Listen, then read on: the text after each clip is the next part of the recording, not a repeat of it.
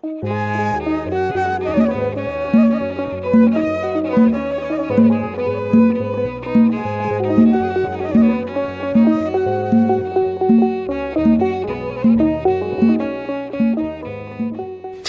ሚልክያስ ናይዚ ትንቢት ጸሓፊ ሚልክያስ ከም ዝኾነ ይዛረብ ናይ ሽሙ ትርጉም መልእኽተኛዬ ማለት እዩ። ናይ እግዚአብሔር ፍቕሪ ፍጹም ሙሉእ እዩ። ፍቕሪ ድማ ናይ ተግባር ፍቕሪ እዩ። ማብ ምርሒት ሓለዋ እዩ ዝገልጽ። ንሱ ብምልኣት እሙን እዩ። እቲ ተስፋ ሓቂ ድማ ነቲ ምሩጽ ህዝቢ እዩ። ነገር ግና እቲ ህዝቢ ነቲ ኪዳን ሰይርዎ ካልእ ኣማልኽቲ ስዒቦም እቲ ርክብ ድማ ተቋሪጹ ንገዛእ ርእሶም ምንባር ጀሚሮም። እቲ ሕጊ ምጥሓሶም ክጽገን ዘይክእል ኣይኮነን። እቲ ተስፋ ኣይተቐልጸን። እግዚአብሔር ከድሕኖም እዩ። ኣብ ናቱ መስርሒ ኣእትዩ ኣብ መሓይሹ ክሰርሖም እዩ። እቲ ይቕረብ ምባል ሕጅም ኣይተወደን። እዚ ድማ ጸጋ እዩ። እዚ መልእኽቲ እዚ ናይ ሚልክያስ ናይ እግዚአብሔር ነቢ ኣብ ኢየሩሳሌም እዚ ቓላት ዘዘክሮም ናይ ይሁድ እዩ። ናይ እግዚአብሔር ምሩጽ ህዝቢ እቲ ዘይምእዛዝ በቶም ካህናት እዩ ዝጅምር። ብድሓር ድማ ኩሉ ሰብ ነቲ ዓብዪ ስም እግዚአብሔር ንዕቐት ኣርእዮም ናይ ሓሶት መስዋዕታ ኣቕሪቦም በዚ ድማ ተዓቢዮም እቲ ዝምድና ሰይሮሞ ፍርድን መቕጻዕትን ኣብ ልዕልዮም እዩ። ኣብ ማእከል እቶም ድኹማት ንምእዛዝ ነቶም ውሕዳት እሙናት ተረፍ ግና ንእግዚአብሔር ዘፍቅሩን ዘኽብርዎ እግዚአብሔር በረኸቱ ከርእዮም እዩ ንሰብኡትን ኣንስትን። ዕላማ ናይዚ ትንቢት ሚልክያስ እቲ ህዝቢ ምስ ሓጢኣቱ ከም ዝዋቐስ ብምግባር ምስ እግዚአብሔር ዘለዎም ሕብረት ንምድልዳልን እዩ ተጻሒፉ። እቲ ቀንዲ ቃል ኣብ ናይ ትንቢት ሚልክያስ ምዕራፍ 4:1-2 ዘሎ ኮይኑ እንሆ እታ ከም እቶን እትነድድ መዓልቲ ትመጽኣላ እሞ ኩሎም ዕቡያትን ረሲእነት ዝገብሩ ዘበሉ ኩላቶምን ብርዒ ክኾኑ እዮም። እታ እትመጽእ መዓልትኻ ንኦም ሱር ወይ ጨንፈር ከይሓደገት ሞኽ ከተብሎም እያ ይብል እግዚአብሔር ጌታ ሰራዊት። ንኣኻትኩም ስመይ ትፈርሁ ግና ፀሓይ ጽድቂ ክትበርቀልኩም እያ፣ ምድሓን ድማ ኣብ ኣኽናፍ እዩ። ንስኻትኩም ድማ ክትወፁን ከም ብተይ ደንበ ክትዕንድሩን ኢኹም። እዚ መጽሓፍ ሚልክያስ መሳገሪ ድልድል ናይ ብሉይ ኪዳንን ሓድሽ ኪዳንን እዩ። ነዚ መጽሓፍ እንድሕር ዳ ብጥንቃቐ ኣንቢብናዮ ኮይንና ንገዛእ ርእስኻ ርአ። እዚ ቃል ድማ ከም ንዓኻን ንህዝብኻን ተቐበሎ። እቲ ዝዓሞቐ ተወፋይነት ክህልወካ ድለ። ኣምልኾኻ ብቕንዕና ይኹን።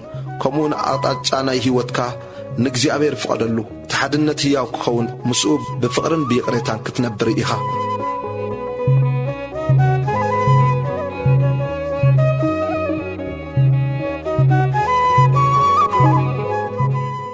እዚ ዝረኣናዮ ድሕሪ ባይታ ናይ ትንቢት ሚልክያስ ክኾን ከሎ ምዕራፍ 1:1 ጾር ቃል እግዚአብሔር ንእስራኤል ብኢድ ሚልክያስ። ቁጽር 2 ኣነ ኣፍቀርክኹም ይብል እግዚአብሔር፣ ንስኻትኩም ግና ብምንታይ ኢኻ ዘፍቀርካልና ትብሉ ኣለኹም። እግዚአብሔር ከምዚ ይብል፣ ኤሳውሲ ሓዊ ያዕቆብ ዳ ኣይኮነን? ምስ ናይ እዚውን ያዕቆብ ኣፍቀርክዎ፣ ንኤሳው ግና ጸላእክዎ። ነኽራን ኣባደምክዎ፣ ርስቱውን ንወኻሩ ምድረ በዳ ሃብክዎ። ኤዶም ድማ ፈረስና ግና ኸነቲ ዝፈረሰ ተመሊስና ክንሰርሖ ኢና እንተ በለ እግዚአብሔር ጌታ ሰራዊት ይብል፣ ንሳቶምሲ ክሰርሑ እዮም፣ ኣነ ግና ከፍርስ እየ። ዶብ ረሲእነትን እግዚአብሔር ንሓዋሩ እተቖጥዖ ህዝብን ኢሎም ክሰምይዎም እዮም፣ ዓይንትኹም ድማ ክርእያ እየን እሞ እግዚአብሔር ክንየው ዶብ እስራኤል ይዕበ ክትብሉ ኢኹም። እግዚአብሔር ንካህናት ከም ዝገሰጾም። ቁጽር 6 ንኣኻትኩም ስመይ ትንዕቑም እሞ ብምንታይ ንስምካ ንዓቕናዮ እትብሉ ካህናት እግዚአብሔር ጌታ ሰራዊት ከምዚ ይብለኩም ኣሎ፣ ውሉድ ንወላዲኡ ባርያ ከኣ ንጐይታኡ የኽብር። እምባርሲ ኣቦ እንተ ደኣ ኾይነ ክብረተይ ኣበይ ኣሎ፣ ጐይታ እንተ ኾይነስ ምፍርሀይ ኣበይ ኣሎ።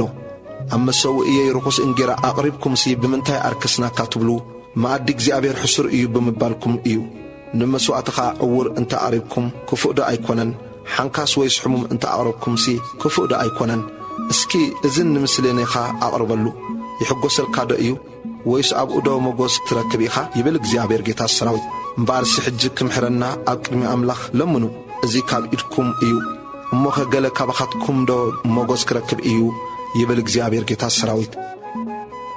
ቁጽሪ 10 ኣብ መሰውእየይ ብኾንቲ ሓዊ ከይተንድዱስ ደጌታታ ዝዓጹ ኰታ ካባኻትኩም ሓደ እንተ ዝህሉ ኣነ ኣይሕጐሰልኩምን፣ ካብ ኢድኩም እውን ገለ መስዋዕቲ ኣይቅበልን እየ ይብል እግዚአብሔር ጌታ ሰራዊት።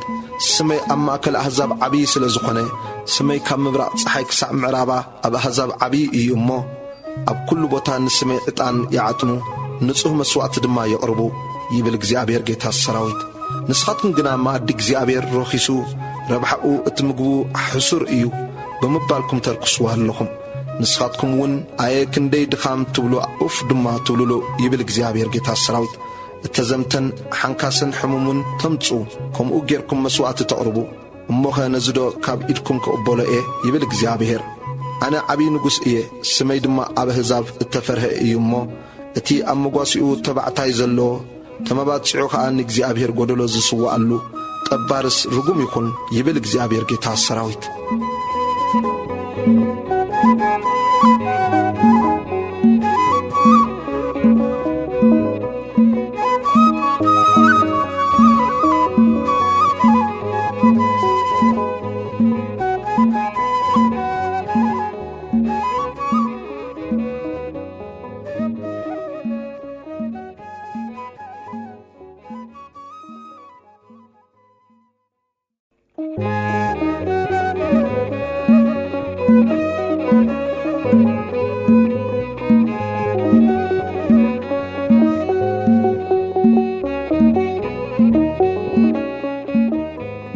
ትንቢት ሚልክያስ ምዕራፍ 2 ንካህናት ዝተዋህበ ተግሳጽ ቁጽሪ 1 ኣቱም ካህናት ሕጁን እዛ ትእዛዝ እዚኣ ንኣኻትኩም እያ። ምስማዕ እንተ ኣቢኹም ብልብኹም ንስመይ ከተኽብሩ እንተ ዘይደሊኹም መርገም ክሰደልኩም ንበረኸትኩም እውን ክረግሞ እየ። ብልብኹም ኣይደለኹምን ኢኹም እሞ እረ ድሮ እኳ ረጊመዮም ይብል እግዚአብሔር ጌታ ሰራዊት። እንሆ ንዘርእኹም ከገንሖ እየ ኣብ ገጽኩም ዒባ ነቲ ዒባ በዓላትኩም ክብትነልኩም እየ ምስኡን ከውፅእኹም እዮም። ቃል ኪዳነይ ምስ ለዊ ክኸውንሲ እዚ ትእዛዝ እዚ ኣነ ከም ዝሰደድክልኩም ክትፈልጢኹም ይብል እግዚአብሔር ጌታ ሰራዊት። ቃል ኪዳነይ ምስኡ ሕይወትን ሰላምን ነበረ። እዚ ክፈርህ ኢለ ሃብክዎ ንሱ ኸዓ ፈርሃኒ ኣብ ቅድሚ ስመይ እውን አንቀጥቀጠ። ንሱ ልኡኽ እግዚአብሔር ጌታ ሰራዊት ስለ ዝኾነ ከናፍር ካህን ፍልጠት ይሕልዋ ንሕጊ ድማ ካብ ኣፉ ይደልዩ እዮም እሞ ሕጊ ሓቂ ኣብ ኣፉ ነበረ ኣብ ከናፍሩ ኸዓ በደል ኣይተረኽበን። ንሱ ድማ ብሰላምን ቅንዕናን ምሳይ ተመላለሰ ንብዙሓት እውን ካብ ኣበሳ መለሰ። ንስኻትኩም ግና ካብ መገዲ ኣገለስኩም ንብዙሓት ብሕጊ ኣዓንቀፍኩም ነቲ ቃል ኪዳን ለዊ ኣፍረስኩም ይብል እግዚአብሔር ጌታ ሰራዊት። ስለዚ ኣነ እውን ከምቲ ንስኻትኩም መገደይ ዘይሓለኹም ብሕጊ ኸዓ ገጽ ሰብ ዘድለኹም ኣብ ቅድሚ ኩሉ ህዝቢ ንዑቓትን ሕስራትን ገበርክኹም። ንእግዚአብሔር እሙናት ዘይኮኑ ህዝቢ ቁጽሪ 10 ንኹላትና ዶ ሓደ ኣቦ ኣይኮነን ዘሎና ሓደ ኣምላኽ ዶ ኣይኮነን ዝፈጠረና ስለምንታይ ደኣ ኪዳን ኣቦታትና እናርከስና ንሓድሕድና ንጣለም። ይሁዳ ነቲ ዘፍቀሮ ናይ እግዚአብሔር ቅዱስ ነገር ኣርኪስዎ ጓልጓና ኣምላኽ ከዓ ተመርዒ እዩ እሞ ይሁዳ ጠለመ ኣብ እስራኤልን ኣብ የሩሳሌምን ድማ ጽያፍ ተገብረ። እግዚአብሔር ነቲ ከምዚ ዝገብር ሰብ ነቲ ዝነቅሕን ምላሽ ዝህብን ነቲ ንእግዚአብሔር ጌታ ሰራዊት መስዋዕቲ ዘቕርብን ካብ ድንኳናት ያዕቆብ ከጥፍኦም እዩ። ካልእ ድማ ዝገበርኩም ንመስዊእ እግዚአብሔር ብንብዓትን ብብክያትን ብዋይዋይታን ከደንኩምዎ እሞ ደጊም ንሱ ነቲ መስዋዕቲ ኣይጥምቶን ካብ ኢድኩም እውን ባህ ኢልዋ ኣይቅበሎን። ስለምንታይ እዩ ከኣ ትብሉ ኣለኹም እግዚአብሔር ኣብ መንጎኻን ኣብ መንጎ እታ ብፅዕትኻን በዓልቲ ቃል ኪዳንካን ክነሳ ዝጠለምካያ ሰበይተ ንእስነትካ ምስክር ስለ ዝኾነ እዩ። ሓደ ዶ ኣይኮነን ነዚ ዝገበረ ንሱን ዕዙዝ መንፈስ ነበሮ። እቲ ሓደ ኸ ስለምንታይ እዩ ነዚ ዝገበሮ ዘርኢ ኣምላኽ ስለ ዝደለየ እዩ። እምበኣርስ መንፈስኩም ሓልው ነታ ሰበይቲ ንእስነቱ ኸዓ ሓደ እኳ ኣይጥለም። መፍትሐን ንኺዳኑን ብዓመፅ ዝኸድኖን እጸልእ ኣለኹ ይብል እግዚአብሔር ኣምላኽ እስራኤል። ስለዚ ከይትጠልሙ መንፈስኩም ሓልው ይብል እግዚአብሔር ጌታ ሰራዊት። መዓልቲ ፍርዲ ቀሪባ ኣሎ ቁጽሪ 17 ንእግዚአብሔር ቃላትኩም ኣድከምኩምዎ ብምንታይ እሞ ኢና ዘድከምናዮ ድማ ትብሉ። ንስኻትኩም ክፉእ ዝገብር ዘበለ ኣብ ቅድሚ ዓይኒ እግዚአብሔር ሰናይ እዩ ንሱ ብኦኦም ባህ ይብሎ ወይስ ኣምላኽ ፍርዲ ኣበይ ኣሎ ብምባልኩም እዩ።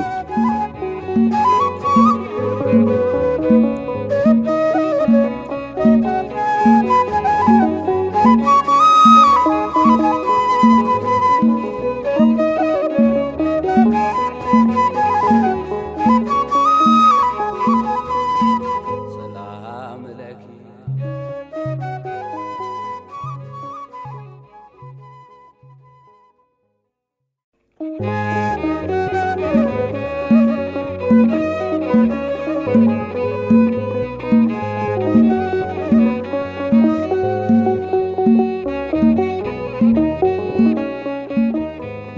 ሚልክያስ ምዕራፍ 3 ቁጥሪ 1 እነሆ ኣነ ልእኽ ኣለኹ ንሱ ቅድመይ መገዲ ክጸርግ እዩ ብኡኡ ኸዓ እቲ ትደልይዎ ጐይታ ናብ መቕደሱ ክመጽእ እዩ እቲ ትናፍቕዎ መልኣክ ቃል ኪዳን እነሆ ይመጽእ ኣሎ ይብል እግዚአብሔር ጌታ ሰራዊት ግናኸ ንሱ ከም ናይ ኩላዒ ሓውን ከም ናይ ሓጽቢ ሳምናን እዩ እሞ ነታ መዓልቲ ምምጻእ መን ይጽመማ ንሱ ክግለጽ ከሎስ መን ይቐውም ንሱ ኸዓ ነቲ ብሩር ክኹልዕን ከጽርን ክቕመጥ እዩ ንደቂ ለዊ ከጽርዮም ከም ወርቅን ብሩርን ከኣ ክኹልዖም እዩ ንሳቶም እውን ንእግዚአብሔር መስዋዕቲ ብጽድቂ ክስውእሉ እዮም ሽዑ መስዋዕቲ ይሁዳን ኢየሩሳሌምን ከምቲ በተን መዓልታት ጥንትን ከምቲ በተን ናይ ቀደም ዓመታትን ዝኾነ ንእግዚአብሔር ባህ ከብሎ እዩ ኣነ ንፍርዲ ክቐርበኩም እየ ኣነ ኣንጻር ኣስማተኛታትን ዘመውትን ኣንጻርቶም ብሓሰት ዝሙሕሉን ነቲ በዓል ዓስቢ ዝዕምጽዎን ንመበለትን ዘኽታምን ዘገፍዕዎምን ንስደተኛ መሰሉ ዝጠውይሉን ንኣይ ከኣ ዘይፈርሁን ቁልጡፍ ምስክር ክኾኖም እየ ይብል እግዚአብሔር ጌታ ሰራዊት ኣነ እግዚአብሔር ኣይልወጥን እየ እሞ ኣቱም ደቂ ያዕቆብ ስለዘይ ኣይጠፋእኹምን ዕሽር እግዚአብሔር ምስራቅ ቁጥር 7 ካብ ዘመን ኣቦታትኩም ጀሚርኩም ካብ ስርዓተይ ኣግለጽኩም ኣይሓለኹምዎን ከኣ ናባይ ተመለሱ ኣነ እውን ናባኻትኩም ክምለስ እየ ይብል እግዚአብሔር ጌታ ሰራዊት ንስኻትኩም ግና ብምንታይ ኢና እሞ ንምለስ በልኩም ሰብዶ ንኣምላኽ ሰርቆ ይኾነሉ እዩ ንስኻትኩም ግና ሰረቅኩምኒ ብምንታይ እሞ ኢና ዝሰርቕናካ ከኣትብሉ ብዕሽርን ብምባእን ኢኹም ንስኻትኩም ህዝቢ ብምልኣኽትኩም ሰሪቕኩምኒ ኢኹም እሞ ብመርገም ተረገምኩም ኣብ ቤተይ ምግቢ ክኸውን ስዕሽር ዘበለ ኩሉ ናብ ቤት መዝገብ ኣምጽእዎ ሽዑ መሳኹቲ ሰማይ እንተዘይከፊተልኩም በረኸት ድማ ብዘይልክዕ እንተዘይፍስሰልኩም በዚ ተዓዘቡኒ ይብል እግዚአብሔር ጌታ ሰራዊት ስለኹም ኢለ ነቲ ወሓጢ ክጐንሖ እየ ንሱ ኸዓ ንፍረ ምድርኹም ኣይከጥፍኦን እዩ እቲ ተኽሊ ወይንኹም ኣብ ግራት ኣይክቕልዕን እዩ ይብል እግዚአብሔር ጌታ ሰራዊት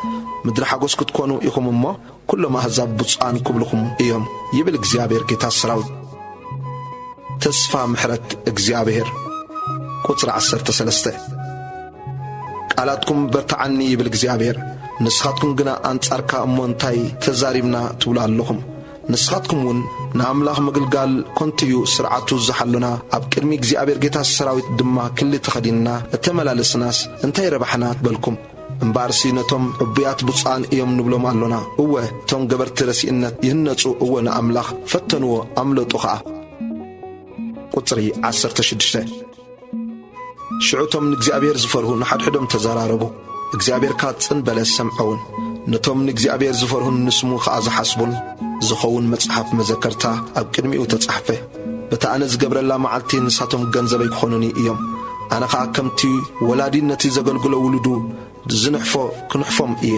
ንስኻትኩም ድማ ከም ብሓድሽ ነቲ ኣብ መንጎ ጻድቕን ረሲእን ኣብ መንጎቲ ንኣምላኽ ዝግዝኦን ዘይግዝኦን ዘሎ ምፍልላይ ክትርእዩ ኢኹም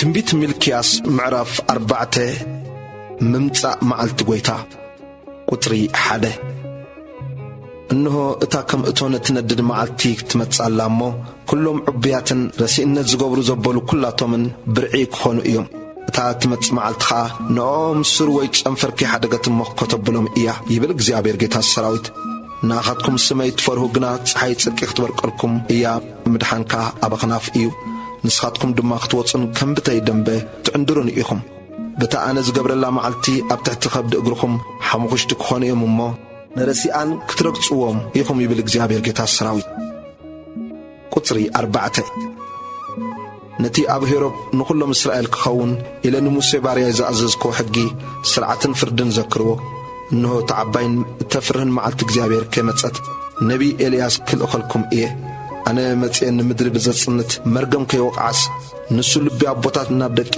ልቢ ደቂ ድማ ናብ ኣቦታት ክመልስ እዩ።